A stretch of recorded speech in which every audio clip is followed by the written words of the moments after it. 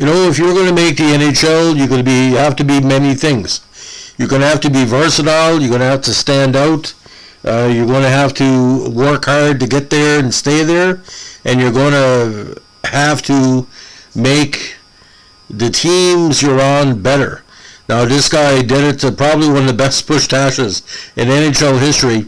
He played all three forward positions during his pro career and came out of junior as a highly regarded prospect. He was also involved in two of the most interesting trades in the NHL in the 1970s. Now, today we're going to be talking about the big drink of water, who I think could have went higher in the 1970 NHL amateur draft, but 8th round, 97 overall, overachieved, and like I said, 6'3", 190, you knew he had a presence. Today we're going to be talking about the late, great Doug Rombough. Now, Doug Rombough first came to major prominence with Fort Erie of the Junior B Ontario League. 69 and 70, he played with St. Catharines of the OHA. In his draft year, he had 27 points in 53 games, including 14 goals.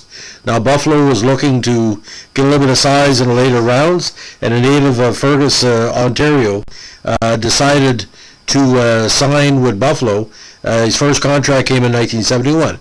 Now, after a couple of years in the minors for seasoning, where he played with the Flint Generals of the AHL in 71, 58 points in 65 games.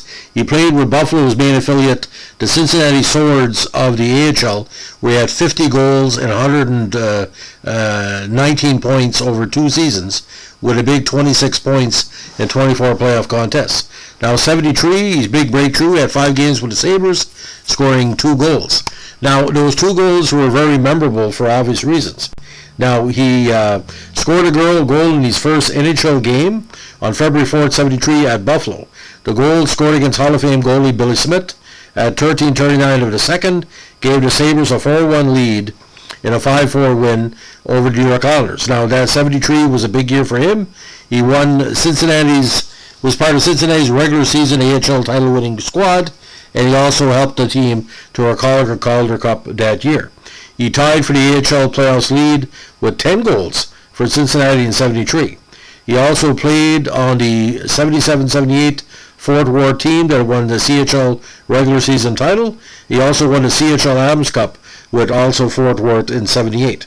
Now, pretty strong player. The only major injury we can report when he missed at the end of the 74 season with a rib injury suffered during the Islanders' March 30th 74 game in Vancouver. Now, the trades we're talking about.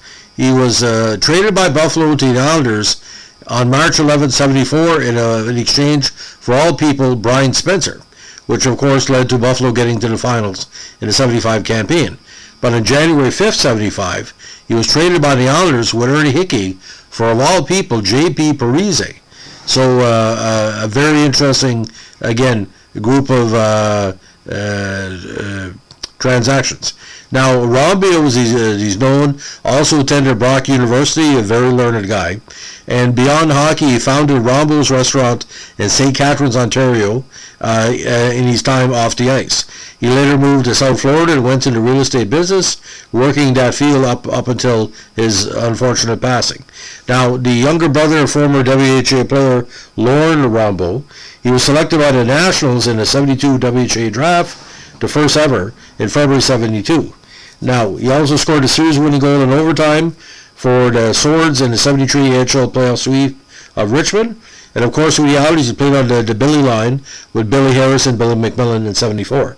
Now, while playing with Minnesota, was used in a shutdown role against Phil Esposito when, Minnesota and Boston had the big rivalry. Now, second season with the Sabres, he had 15 points in 46 games. After the trade, he had 3 goals in 12 games with New York. 75, he split time between the Islanders and the North Stars, 11 points in 26 games.